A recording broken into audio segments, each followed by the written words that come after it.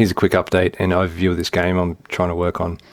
So I started out with the intention of emulating the kind of peculiarities of ancient Mesopotamia, but I found this was making things a bit too complex, and I've broadened this thing out to the Bronze Age generally for ideas, and I really want this to be kind of timeless and not based anywhere geographically.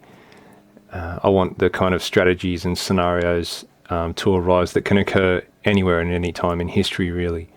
Since making the last video update, one of my viewers has actually put his hand up and said he'd help develop this. And rather than doing a web-based game, it'll be a Steam release. So things have escalated quite a bit, and I think it also means that this will take even longer to reach a point where we have something that's playable. I'm thinking a free version to start with on Steam. If people like it, we'll figure out a way to monetize it later. At this moment, I have zero idea on how to do that, but I'm not really thinking about that right now. What you're looking at are the graphics I've been working on, and these are low resolution 16 color graphics, and the largest tiles are 32 by 32 pixels, but you can zoom in and out until you reach the same resolution as your screen, which might be a bit more handy with 400 players on the map. But much of this is placeholder stuff, and it should improve a bit, and many of the parts are missing. Most of it's actually not done yet. Here's the gist of the mechanics of the game. First of all, it's all turn-based. Anywhere between a handful and a few hundred players start, each with a single piece of land. Every cell is owned by a single player, and they can conquer other lands and tax them. Players who are conquered remain in control of their own land. And we're also looking at how to have a kind of hierarchy and chain of command, so that if you're a king who owns a few other lands, and your capital is taken, you have a new boss who can decide if you get to keep control over those lands and tax them yourself. But you now also have to pay tribute up the chain to the new boss. Each of these crowns are the sort of king of the surrounding lands. They have control of all the other cells around them with the same border color. To communicate with neighboring lands, you have to create envoy units, and they also double as traders. You can load them up with goods and send them off to make a trade or give a gift. They can also be killed or captured whenever they're traveling through another land.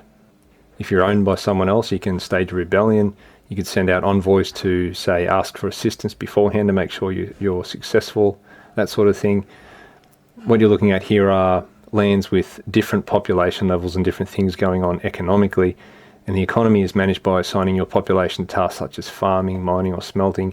So if you have, say, 100 people in your population, you might assign 50 to farming, 10 to mining, 10 to smelting, with the rest maybe recruited into the army as an example. And the population only grows if there is enough food produced. If there's not enough, the population shrinks. Excess food can be stored or given away or whatever. Each land has either copper or tin that can be mined. No one can mine both, and that forces players to trade with each other if they want to have both. And you'll need both if you want to make bronze, so that you can upgrade units. Military units still need food each turn, and they're not producing anything, and that makes it expensive to maintain a standing army. So you've got all these things, and there's a lot more as well, but all these things to think about. So players need to be good at negotiation, good at making deals and communicating, thinking ahead, planning, managing people, managing limited resources. There are not infinite resources. All interactions are totally up to the players. They set their own conditions and their own prices and demands. You might be able to convince people to join your kingdom instead of using threats, or vice versa. That you might be able to convince people that they're going to prosper under you. They'll be better off, that sort of thing. So you kind of dropped into the map, and what happens next is up to you. So this is kind of like the DayZ of turn-based strategy games, or that's the kind of the intention anyway.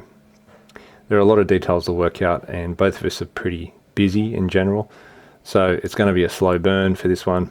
We're just trying to get the basic proof of concept done, and the more features, and then more features can be added later.